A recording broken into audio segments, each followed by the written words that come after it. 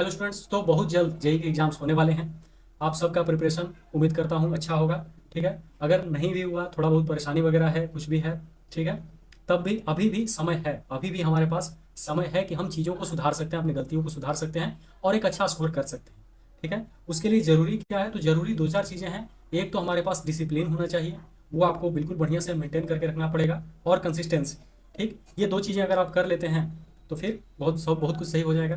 कैसे क्या करना है उन सब के बारे में हम देखते हैं। ठीक है, तो स्टार्ट करते हैं हम लोग पीवाईक्यू से, है ना। प्रीवियस ईयर क्वेश्चन चूंकि हमको आइडिया देते हैं कि किस तरह का क्वेश्चन पूछा गया है ना, हमको आइडिया लगता है कि इसका पैटर्न क्या है एग्जाम का।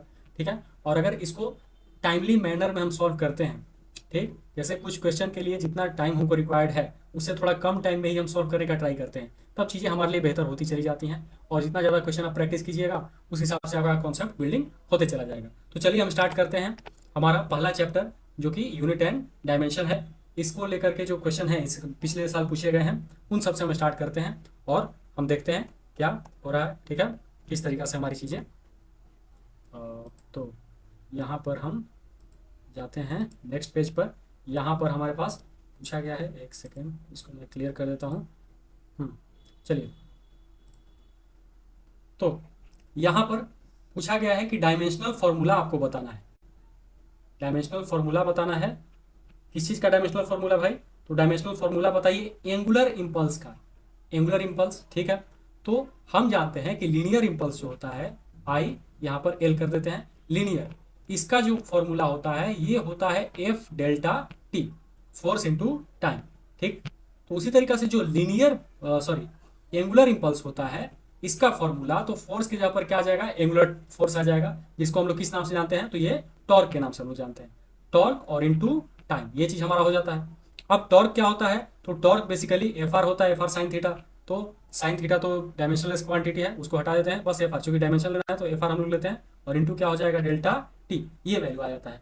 तो यानी अगर हमको इसका डायमेंशन निकालना है तो हमको क्या करना पड़ेगा? हमको इस आर एच एस वाले सारे टर्म्स का डायमेंशन निकालना पड़ेगा, और इनका जो डायमेंशन हो जाता है वो बेसिकली कितना हो जाता है? तो फोर्स है और क्या है? आर है और डेल्टा टी है। तो फोर्स का डायमेंशन होता है M L T minus two. ठीक, आर का डायमेंशन क्या हो जाएगा? तो इसका डायमेंशन हो जाएगा एल, और डेल्टा टी यानी कि टाइम है तो उसका डायमेंशन क्या हो जाएगा? टाइम हो जाएगा।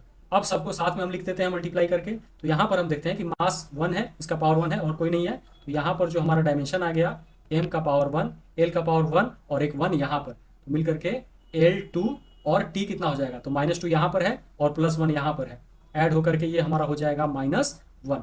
तो ये जो डायमेंशन हमको आया, ये डायमेंशन किसका आया? एंगुलर इम्पल्स का।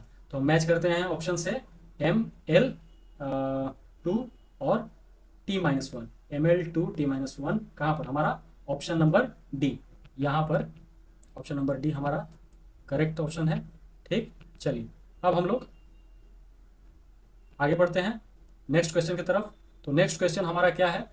तो ये जो क्वेश्चन है ये बेसिकली हमारा पूछ रहा है यहाँ पर कि given value R two statement, दो स्टेटमेंट आपको दिया हुआ है। स्टेटमेंट 1 बोल रहा है कि प्लैंक्स कांस्टेंट और एंगुलर मोमेंटम दोनों का डायमेंशन सेम है, और वहीं पर स्टेटमेंट 2 बोल रहा है कि लीनियर मोमेंटम और मोमेंट ऑफ फोर्स दोनों का डायमेंशन सेम है। ठीक है, आपको बताना है कौन सा सही है कौन सा गलत है। तो चलिए हम देखते हैं।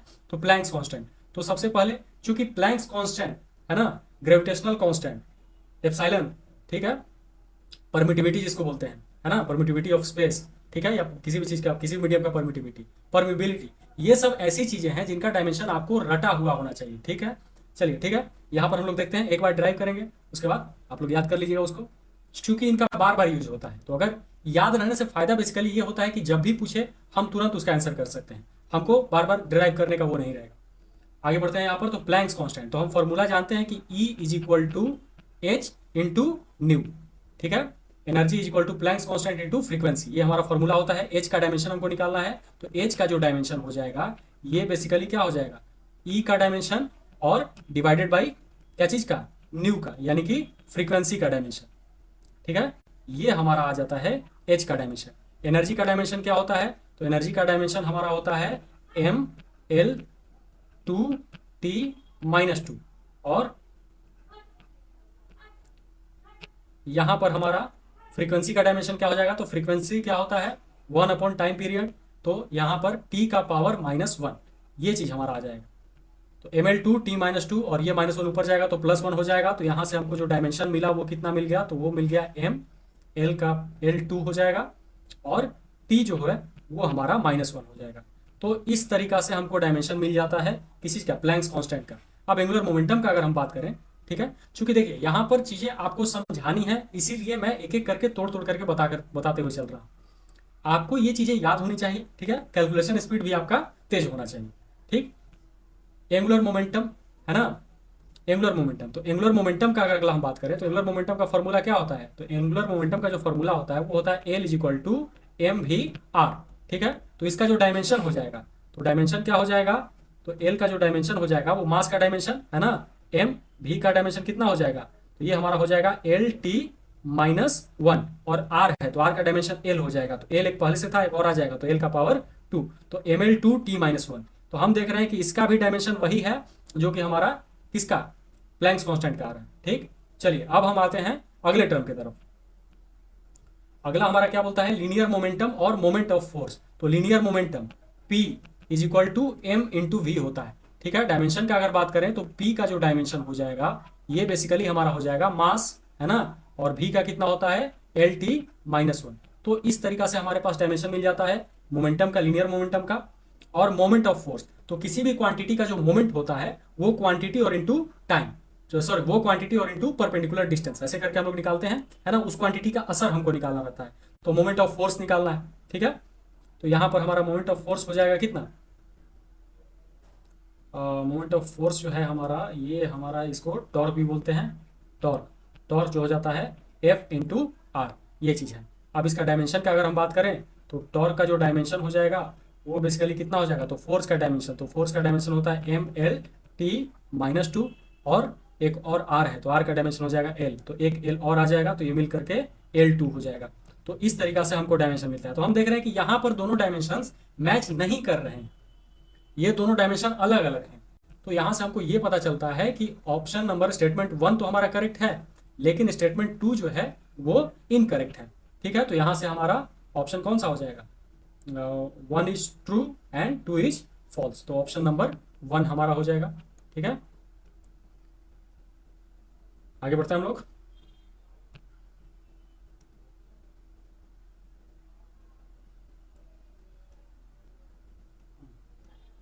यहाँ हमसे पूछा जा रहा है कि equation of state of a real gas, एक रियल गैस का इक्वेशन हमको दिया हुआ है इस तरीका से करके, है ना, P + a/v² × v - b = RT।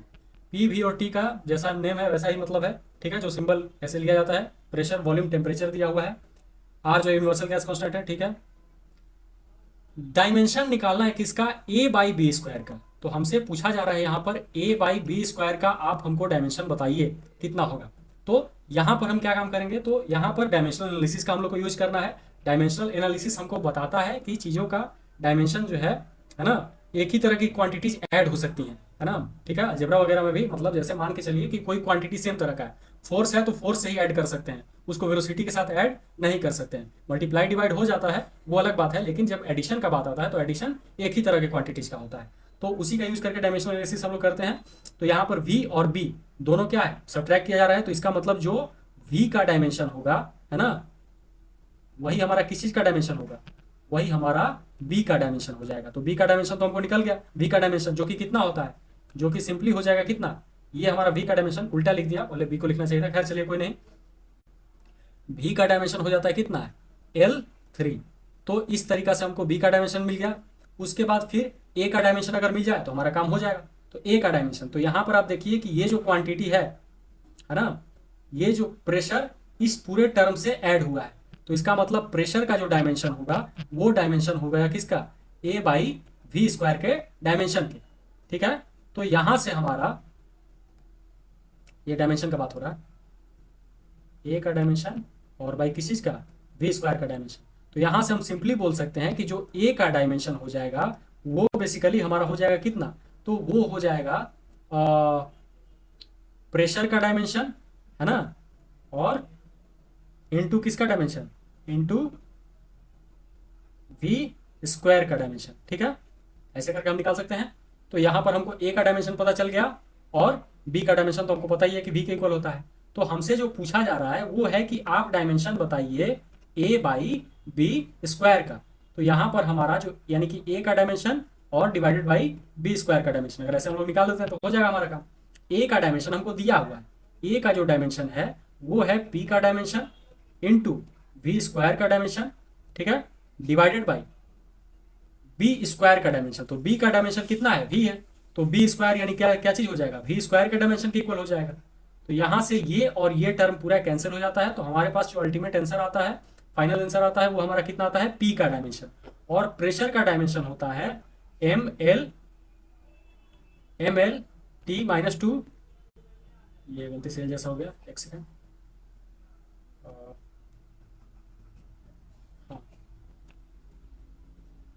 Pressure का जो डायमेंशन हो जाएगा वो हमारा हो जाएगा फोर्स, यानी कि M L T minus two divided by area. Area का कितना होता है, L2, तो यही L ऊपर चला जाएगा।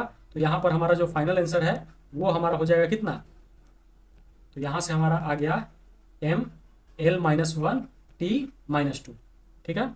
या ये इस टर्म में दिया ही नहीं है, सॉरी, ये प्रेशर ही था, डायरेक्ट यहाँ पे हमारा प्रेशर हो जाएगा, है ना, इतना निकालने का जरूरत नहीं था क्योंकि उस टर्म में पूछ ही नहीं रहा था। प्रेशर के डायमेंशन की इक्वल आ जा रहा है तो वहाँ पर हमारा हो गया, ठीक है। चलिए आगे बढ़ते हैं हम लोग।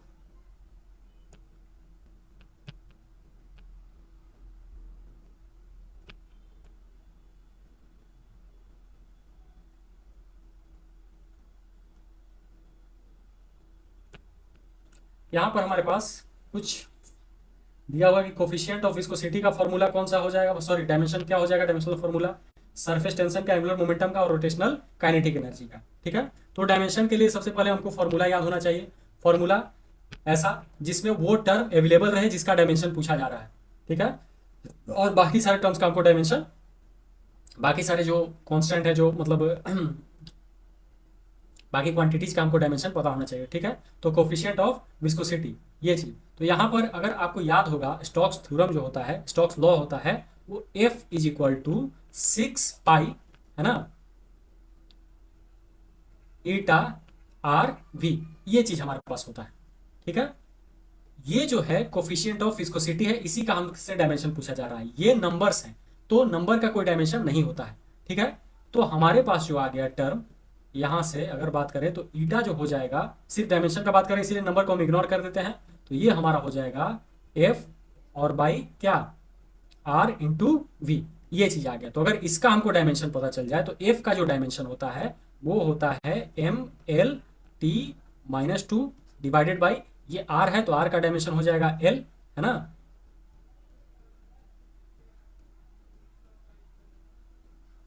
और इंटू वी का जो डायमेंशन हो जाता है तो वो हो जाएगा L-T-1। तो ऐसे करके हमारे पास आ गया। अब यहां पर हम देखते हैं कि इसका वैल्यू कितना हो जाएगा, एम ही रह जाएगा, ठीक है। L1 और 1 2 है, नीचे में 2 है तो ऊपर जाएगा तो -2 हो जाएगा, और ऑलरेडी एक +1 है तो +1 और -2 मिल करके L-1 हो जाएगा, और t जो है ये -1 ऊपर जाएगा तो प्लस हो जाएगा। तो यहाँ पर हमारा हो जाएगा t का पावर -1, ठीक है। तो ये हमारा डायमेंशन आ रहा है ML-1T-1, किस चीज का आ रहा है, तो ये कोफिशिएंट ऑफ विस्कोसिटी का है, ML-1T-1, यानी ये वाला जो है ये थर्ड ऑप्शन से मैच कर रहा है, ठीक है। चलिए आगे बढ़ते हैं। हमारा सेकंड में पूछ रहा है सरफेस टेंशन का। तो सरफेस टेंशन बेसिकली होता है T is equal to F/L, force पर यूनिट लेंथ, ठीक। और फोर्स का जो डायमेंशन होता है वो होता है ML-T-2, इसको अगर L से डिवाइड करेंगे तो L और L कैंसिल हो जाएगा, तो यहां से हमको डायमेंशन आया MT-2। तो ये डायमेंशन हो जाता है किस चीज का, ये डायमेंशन हो जाता है सरफेस टेंशन का। तो सरफेस टेंशन का डायमेंशन हमारे पास आ गया नंबर 4, ठीक है। आगे हमारा एंगुलर मोमेंटम का, तो एंगुलर मोमेंटम का हम लोग जस्ट पीछे निकाले थे, फिर देख लेते हैं एक बार, है ना। L is equal to MV/R, तो मास का डायमेंशन हो जाएगा M, V का हो जाएगा L-T-1 और R का हो जाएगा L, तो L और L मिल करके L2। तो ये डायमेंशन ML-2T-1, तो एंगुलर मोमेंटम का ML-2T-1 यानी ऑप्शन नंबर सेकंड आ रहा है। तो हमको पता चल गया कि फोर्थ जो ऑप्शन है हमारा डी है, इसका कौन सा हो जाएगा, फर्स्ट हो जाएगा, क्योंकि वही बच रहा है, ठीक है। उस हिसाब से हम ऑप्शन वो कर लेंगे, तीन का निकाल लीजिएगा तो काम हो जाएगा आपका। आगे निकालने का जरूरत नहीं पड़ेगा, लेकिन फिर भी यहाँ चूंकि हम लोग सीखने के लिए कर रहे हैं तो हम सबका निकालेंगे। तो रोटेशनल काइनेटिक एनर्जी का जो फॉर्मूला होता है वो होता है K is equal to I omega square, है ना। Rotational kinetic energy is equal to rotational में हाफ, और मास होता है, मास की जगह पर हम लोग मास का जो rotational equivalent moment of inertia लेते हैं, और वेलोसिटी का, है ना, वेलोसिटी का एंगुलर इक्विवेलेंट कौन सा, ओमेगा, ओमेगा का स्क्वायर कर देते हैं, ठीक है। तो यहाँ से अगर आप लोग देखिएगा इसको, तो आई जो होता है ये बेसिकली होता है एम आर स्क्वायर, इस तरीका से हमारा आता है, ठीक है। और ओमेगा जो होता है वो हमारा होता है वी बाई आर। तो स्क्वायर अगर करेंगे तो वी स्क्वायर और बाई क्या चीज, आर स्क्वायर। तो ये आर स्क्वायर कैंसिल हो जाएगा और ये हाफ एम वी स्क्वायर के फॉर्म में हमारा आएगा। तो यहाँ से आप देख सकते हैं कि जो ये क्या है, ये एनर्जी का फॉर्मूला है, यानी इसका डायमेंशन और एनर्जी का डायमेंशन क्या हो जाएगा, सेम हो जाएगा। तो काइनेटिक एनर्जी का जो डायमेंशन होता है हाफ एम वी स्क्वायर, तो वो हमारा कितना होता है, तो वो हो जाता है M L two T minus two, जो कि हमारा ऑप्शन नंबर कौन सा 1 है, यहाँ पर दिया हुआ है। तो इस तरीका से चीजों को हम निकाल सकते हैं, ठीक है। यहाँ से हमारा कौन सा ऑप्शन सही है, देखिए तो ये हमारा फर्स्ट का थ्री कहाँ पर दिया हुआ है, ये वाला है, ऑप्शन नंबर 3, है ना। बस यहीं से हमको पता चल गया, क्योंकि और किसी में फर्स्ट का 3 नहीं दिया हुआ है, ए का 3 नहीं दिया हुआ है, ठीक। सो तो स्टूडेंट बढ़ते हैं हम लोग अपने अगले क्वेश्चन की तरफ, जो कि हमारा है, पूछ रहा है कि मास जो है इस फॉर्म में लिखा हुआ है के c to the power p g to the power minus 1/2 and h raise to 1/2, ऐसे करके हमारा दिया हुआ है। यहां पर हमको p का वैल्यू पूछ रहा है, जो कि c का पावर है, c यानी कि स्पीड ऑफ लाइट, ऐसे करके हमको गिवन है, ठीक है। तो चलिए देखते हैं। तो हमारे पास जो मास का डायमेंशन है, LHS का जो डायमेंशन है, वो RHS के डायमेंशन के इक्वल हो जाएगा, और RHS का डायमेंशन है c का पावर p हो जाएगा, है ना। या डायरेक्ट लिख देते हैं यहाँ पर, इसको मिटा करके। LHS में क्या है, मास है, तो मास का जो डायमेंशन हो जाएगा वो हमारा हो जाएगा कैपिटल M, ठीक है। इधर हमारा कैपिटल M आ जा रहा है, बाकी सब चीजें जीरो है, पावर उनका जीरो है। अब यहाँ पर c है, c का पावर p है, तो c का मतलब स्पीड ऑफ लाइट, तो स्पीड का जो डायमेंशन होता है वो LT माइनस 1 है, इसका पावर हम लोग को कितना कर देना है, p कर देना है, ठीक है। और g जो होता है वो हमारा होता है m माइनस 1 l का पावर 3 और t माइनस 2, ऐसे करके हमको इसका डायमेंशन दिया हुआ है। ये हमारा, इसीलिए बोलता हूं कि आपको ये चीजें याद रहनी चाहिए, नहीं तो पता चला कि जी का हम डेराइव करते रह गए और उसी में मेरा 5 मिनट खा गया, तो फिर बाकी क्वेश्चन के लिए आते हुए भी आपको टाइम नहीं मिल पाएगा और आपके रिजल्ट पर असर पड़ेगा। तो जो चीजें फंडामेंटल हैं, जिनका बहुत ज्यादा यूज आते जा रहा है, उनको आप याद कर लीजिए, ठीक है, इसलिए आसान हो जाती है। उसी तरीका से एच का, तो एच का होता है M L two T minus 1, ये हमारा डायमेंशन आ जाता है, ठीक है। चलिए आगे बढ़ते हैं हम लोग। आगे बढ़ते हैं हम लोग। हाँ यहाँ तक थे, एम एम, हाँ ठीक है। इसको हम लोग कंपेयर करते हैं।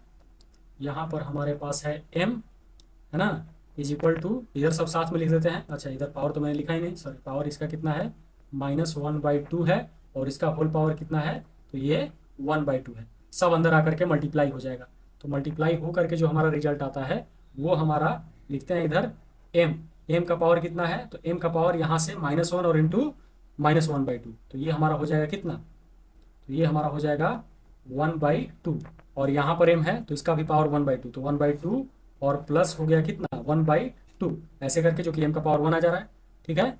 एल का पावर कितना हो जाएगा, तो एल का पावर यहाँ से हो जाएगा हमारा कितना, पी, है ना, इसमें से हमको पी आ गया। यहाँ पर एल का पावर कितना है, तो 3 से मल्टीप्लाई करेंगे -1/2 को, तो ये हो जाएगा -3/2, और यहाँ पर एल का पावर 2 को अगर मल्टीप्लाई करेंगे 1/2 से, तो ये हमारा कितना हो जाएगा, तो ये हो जाएगा +1, ठीक है, ये चीज़। और फिर हमारा आ जाता है टी का, हालांकि टी का निकालने की जरूरत नहीं पड़ेगा, इतना निकाल करके, चूंकि पी है हमारे पास, वेरिएबल एक है, तो एक इक्वेशन आ जाता है।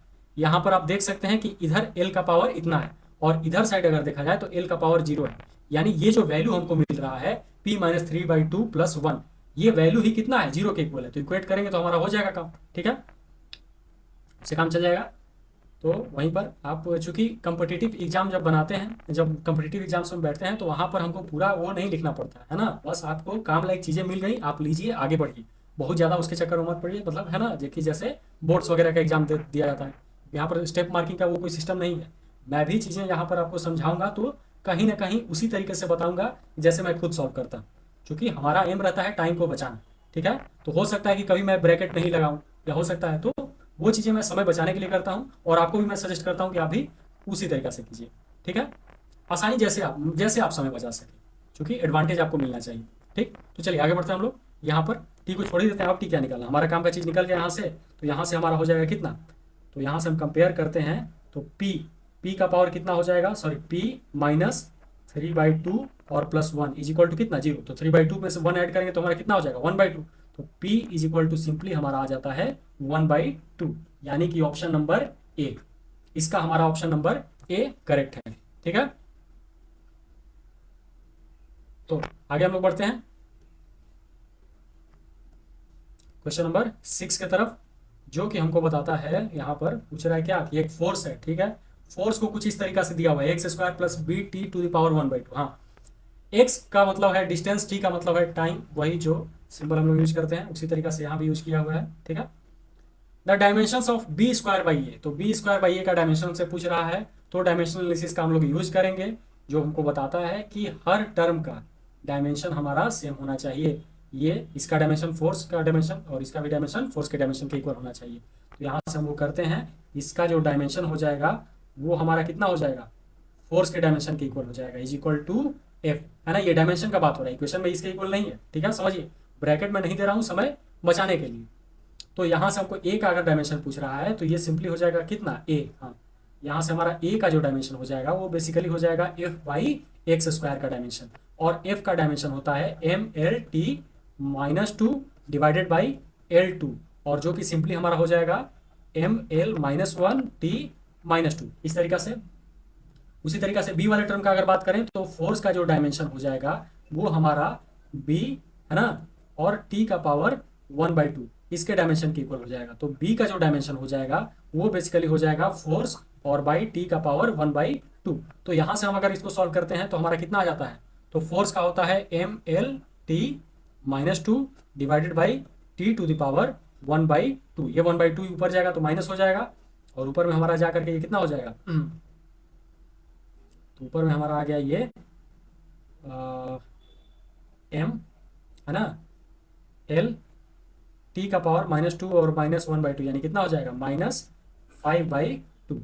ये चीज आ गया, ये हमारा बी का डायमेंशन आ गया। अब पूछ रहा हमसे कि बी का स्क्वायर और डिवाइडेड बाई ए, इस चीज का डायमेंशन। तो बी हमारा ये वाला क्वांटिटी है, इसका हम स्क्वायर करेंगे। इसका स्क्वायर जब हम करते हैं तो हमारा कितना आता है, m2l2, और t का पावर हो जाएगा -5/2, चला जाएगा, मल्टीप्लाई करेंगे 2 से, तो डिवाइडेड बाई ए हमारा आ गया ml-1t-2।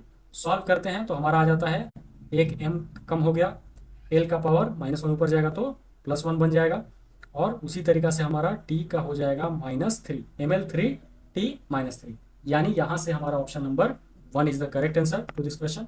ठीक, चलिए आगे बढ़ते हैं हम नेक्स्ट क्वेश्चन की तरफ, जो कि हमारा है, यहाँ पे आ गया, ये जनवरी शिफ्ट का है, और यहाँ पर हमसे पूछा जा रहा है कि दो फिजिकल क्वांटिटी है ए एंड बी, और दोनों के बीच का हमको कुछ रिलेशन दिया हुआ है इस तरीका से। ठीक है, तो बताइए आपकी एक्स टी, है ना, ए इंटू बी का डायमेंशन हमसे पूछा जा रहा है, यानी ए का डायमेंशन इंटू बी का डायमेंशन, ये क्वांटिटी हमसे पूछा जा रहा है। तो सबसे पहले यहाँ पर तो ऐसे ही दिख रहा है कि जो बी का डायमेंशन होगा वो किसके डायमेंशन के इक्वल हो जाएगा, x² के डायमेंशन के इक्वल हो जाएगा, और x क्या है, तो x हमारा लेंथ है जो कि L2 हो जाएगा। ठीक है, यहाँ से ये पता चल गया। अब ये ओवरऑल जो क्वांटिटी है, ये एलएचएस में एनर्जी है, तो आरएचएस में भी हमारा क्या होना चाहिए, एनर्जी होना चाहिए। ठीक है, और ऊपर हमको पता चल गया कि लेंथ का स्क्वायर है, बी भी L² है, ये भी हमारा मतलब लेंथ के स्क्वायर में से लेंथ के स्क्वायर को माइनस कर सकते हैं। ठीक है, तो यहां पर हमारा ई का जो डायमेंशन आ जाता है,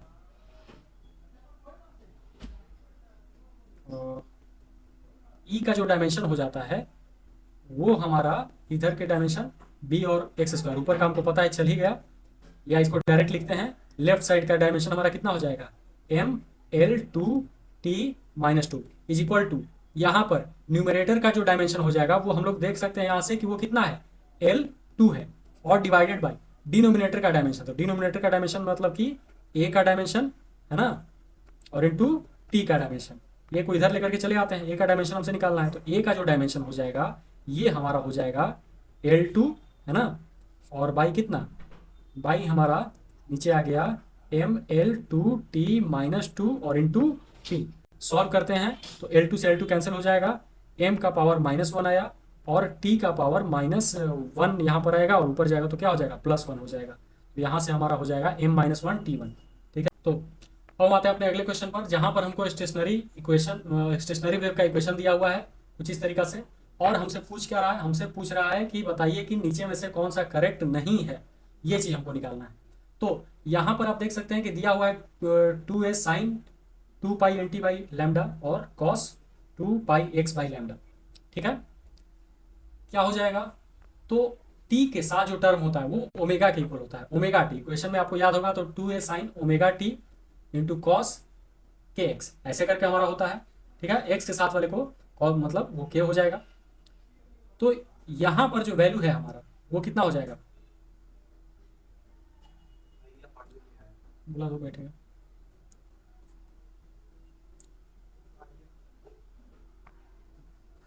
सो यहाँ पर हमारा अगले क्वेश्चन की तरफ बढ़ते हैं। स्टेशनरी वेव का इक्वेशन है ना, y equal to 2a sin 2 pi nt by lambda cos 2 pi x by lambda. ठीक है, अब यहाँ पर t के साथ वाला जो टर्म है वो कितना होता है, तो वो होता है ओमेगा, यानी यहाँ पर जो 2 पाई n बाई लैम्डा दिया हुआ है ये किसके इक्वल है, ये ओमेगा के इक्वल है। मतलब इसका जो डायमेंशन होगा वो ओमेगा के डायमेंशन के इक्वल होगा। तो यहाँ पर 2 पाई का तो नंबर है, इसका तो कोई डायमेंशन होता नहीं है, यानी ये जो डायमेंशन है ये n बाई लैम्डा का ही बेसिकली डायमेंशन है, और वही यहाँ पर दिया हुआ है। तो n बाई लैम्डा का जो डायमेंशन है वो ओमेगा के डायमेंशन के इक्वल हो जाएगा। इसका जो डायमेंशन हो जाएगा पूरे टर्म का वो हमारा ओमेगा के डायमेंशन के इक्वल होगा, और ओमेगा इज एंगुलर फ्रीक्वेंसी और इसका डायमेंशन होता है T-1, जो कि हमारा ऑप्शन में नहीं है। ऑप्शन में बोल रहा है कि t के इक्वल होगा, जबकि है किसके इक्वल, T-1 के। तो यहाँ से हमारा ऑप्शन नंबर 1 ही करेक्ट आंसर है, पहले में ही मिल गया। ठीक है, चलिए आगे बढ़ते हैं हम लोग नेक्स्ट क्वेश्चन की तरफ। नेक्स्ट क्वेश्चन जो है हमारा वो बेसिकली बता रहा है किसी के बारे में कि applying the principle of homogeneity of dimensions. ठीक है, determine which one is correct where t is time period, g is gravitational constant, m is mass, r is radius of earth. ठीक है, इनमें से कौन सा करेक्ट आंसर नहीं है। ठीक है, इस तरह के जब भी क्वेश्चंस मिले आपको तो पहला काम ये कीजिएगा कि अटेम्प्ट इनको जनरली 4 to 1 इस तरीका से जाइएगा, ऐसे ऐसे करके चेक करते हुए जाइएगा, ऊपर से नीचे नहीं, क्योंकि जनरली ऐसे क्वेश्चंस में कि कौन सा करेक्ट है कौन सा इनकरेक्ट है वो जनरली आंसर नीचे छुपा हुआ रहता है। ठीक है, ऐसे सेट किया जाता है। तो यहाँ पर हमारा टी स्क्वायर का जो डायमेंशन है ना, टी स्क्वायर का जो डायमेंशन है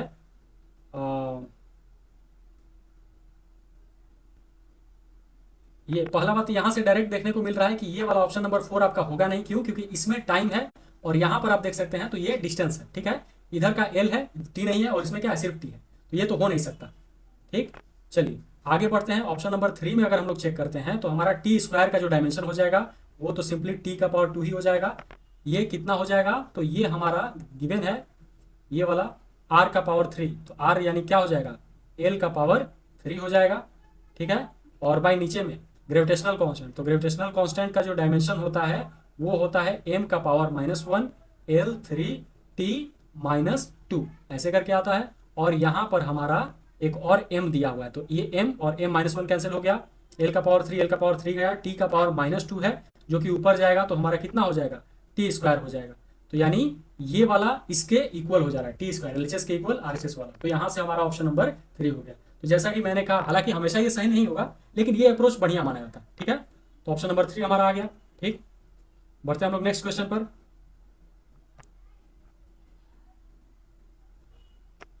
नेक्स्ट क्वेश्चन बेसिकली बोल के आ रहा है, ये आपका जेईई मेंस का अप्रैल शिफ्ट 1 है।